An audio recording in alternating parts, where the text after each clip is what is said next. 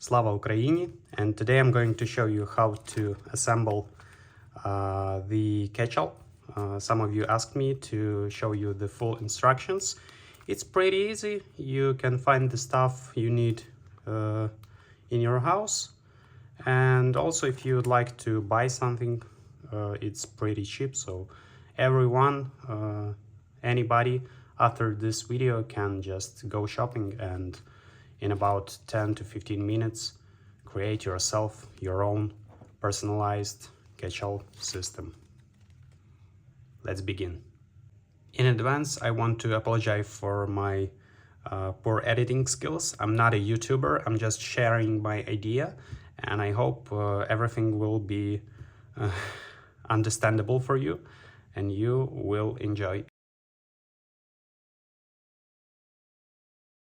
Okay, so the stuff we're gonna need are some sheets of paper. I'm currently using A5 paper, but for all those my American friends, you can just use your big sheet of paper. Not sure how you call it. We call it A4 format. Just fold it in half and rip in the middle, and you will also get a little different but similar size of the paper. Then you want a sharp knife or scissors, whenever fits you. Extremely wide as you can find Scotch tape. Of course, rubber band and how do you call it? Clip binder, paper binder, whatever. About those stuff, I like to use the smaller ones. They are 15 millimeters in size. I just find it pocket friendly size, and it fits enough paper so you can use the size that I'm currently using right now in my catch-all. Also, you may want to get yourself slimmer Scotch tape. I will show you in a minute why you may need this. Okay, first of all, we will need sheets of paper. Only one sheet of paper to be exact. First thing you want to do, just fold it in half. I remind you that this is A5 format, pocket friendly. You just fold it in half. After that, you want to turn it on the back side and create a little gap. Keep in mind that if you make this gap like a half centimeter, the spine will be divided on a half once again. For my American friends, if you use, for example, like an inch or whatever, your spine will be half an inch. So this gap is like half of the spine. You create this gap and then fold the paper once again. And this way we got ourselves a pretty good spine. You can mark something here before you start laminating and so on, but this is the core of the catch-all. That's our cover. You can use anything. I'm just using a blank sheet of paper because that's the first thing I've used when I created the original prototype. You can use different colors, you can use cardboard or whatever. The next step is very important, and it's probably the hardest thing you're going to do today, is to laminate the paper with our super wide Scotch tape. So how I like to do it, and I can recommend you because I had a few different tries. You just fold the paper back to the other side to make sure it's laying flat on your desk. Then you take your Scotch tape and move from the middle to the sides. First of all, we created a spine, so when we laminate it, it will be easier to fold it again because we already have our lines on the paper. So first of all, creating spine, only after that we laminate with our Scotch tape. I won't show you the whole process because the Scotch tape is pretty noisy and it will be hard for me to laminate correctly while I'm watching through the camera.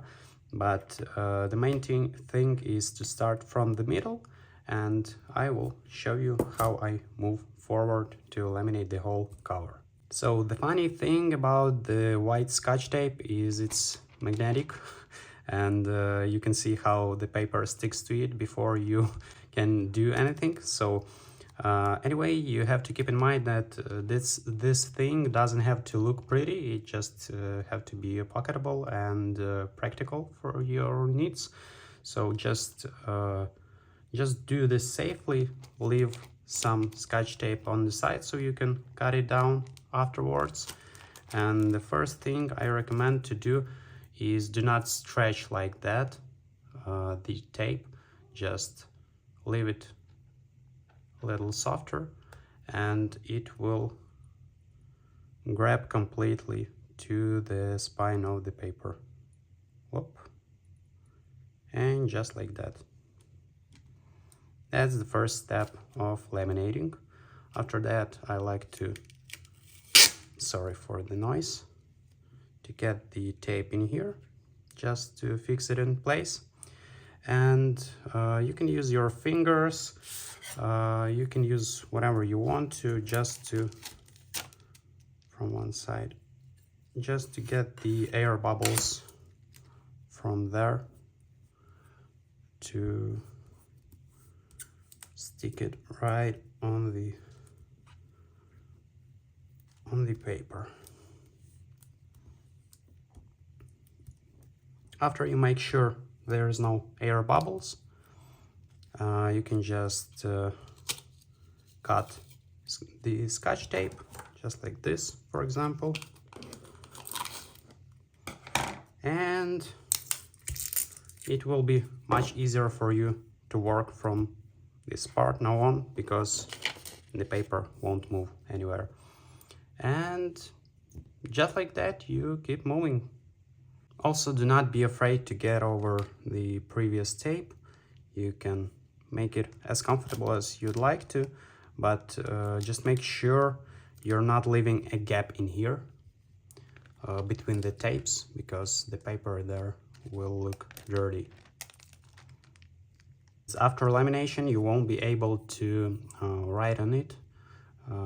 So if you want to leave some markings, or put on some stickers, or for example date when you started your catch-all, you should do this before you finish the lamination. Okay, so as you can see, I screwed this up a little here, but to be honest, it doesn't bother me at all, because the whole thing is meant to be thrown around and eventually wear out. And as you can see, we have these small lines in here which are not covered with the Scotch tape, and that's where you might want yourself a slimmer Scotch tape. Obviously you can use your white one, but I guess for aesthetic reasons or whatever, it just won't catch an eye as much. This is the front cover, this is the back cover, because on the back cover you will want to leave some more Scotch tape to create this little patch here to cover your whole pages completely, like it's been shown in previous videos. I like to use knife for that because this way I can make pretty even lines, and when I want to take the Scotch tape off, I just get it from one side, and just like that, you can see the whole thing gets in my hands. After that, you want to cut off the edges just like this, 90 degrees each side.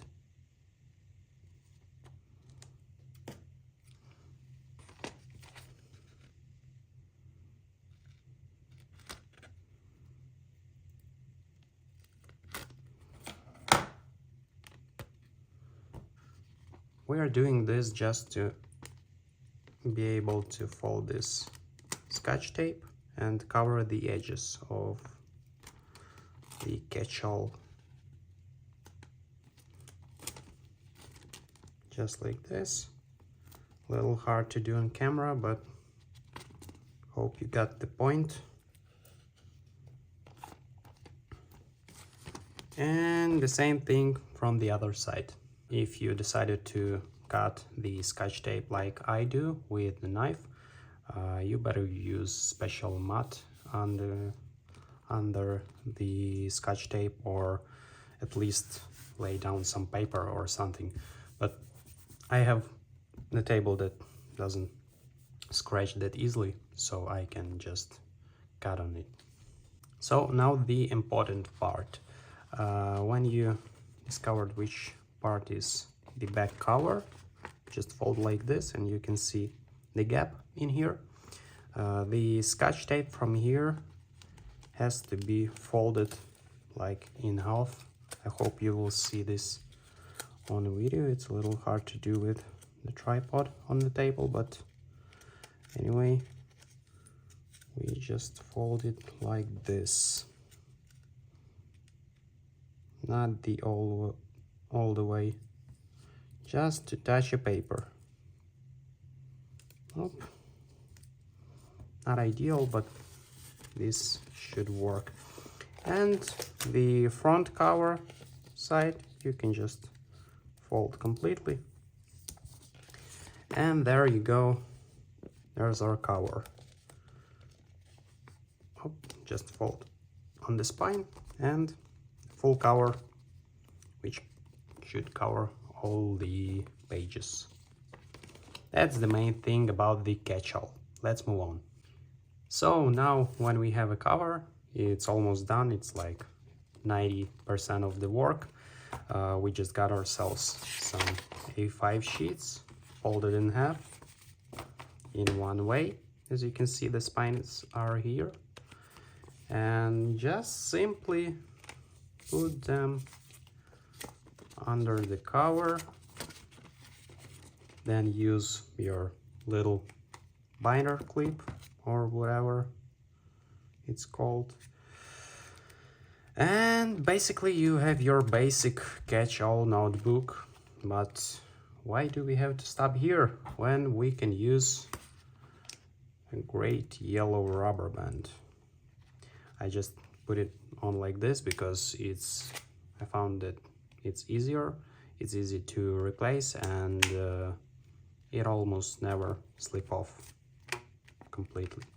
So there we go, there's your catch-all. If you have any questions, you can leave them in the comments. Also, I would like to see how you customize your catch-alls and how do you use them. I will leave my email down below in the description, so you can send me your videos, and if you don't mind, I will also post them, because I have a feeling that this will inspire some more people, because it definitely will inspire me. So leave comments, send me your videos, and catch all information that you need. Few tips that you might need. First of all, it's about the pages. As you can see, I like to number my pages, and also every beginning of the page, if you remember from previous videos, I have this little circle in here, which means that this is a full page, folded in half. It's useful if you would like to put them away, or archive them, or put into your project folder. You just know if something important is going on. You open the page on the circle side. That way, if you take it out, it will be the full page. Also, the beauty of catch-all system that you can put not only A5 folded in half, you can put here anything you want. And for example, if I have my monthly calendar in here, it can stay till the end of the month, or if I have a yearly calendar, which I'm too lazy to sketch, to draw, I just rip it off the small notebook and put it in here, and as you can see, I can keep it till the end of the 2025. So that's some tricks that you might want to use.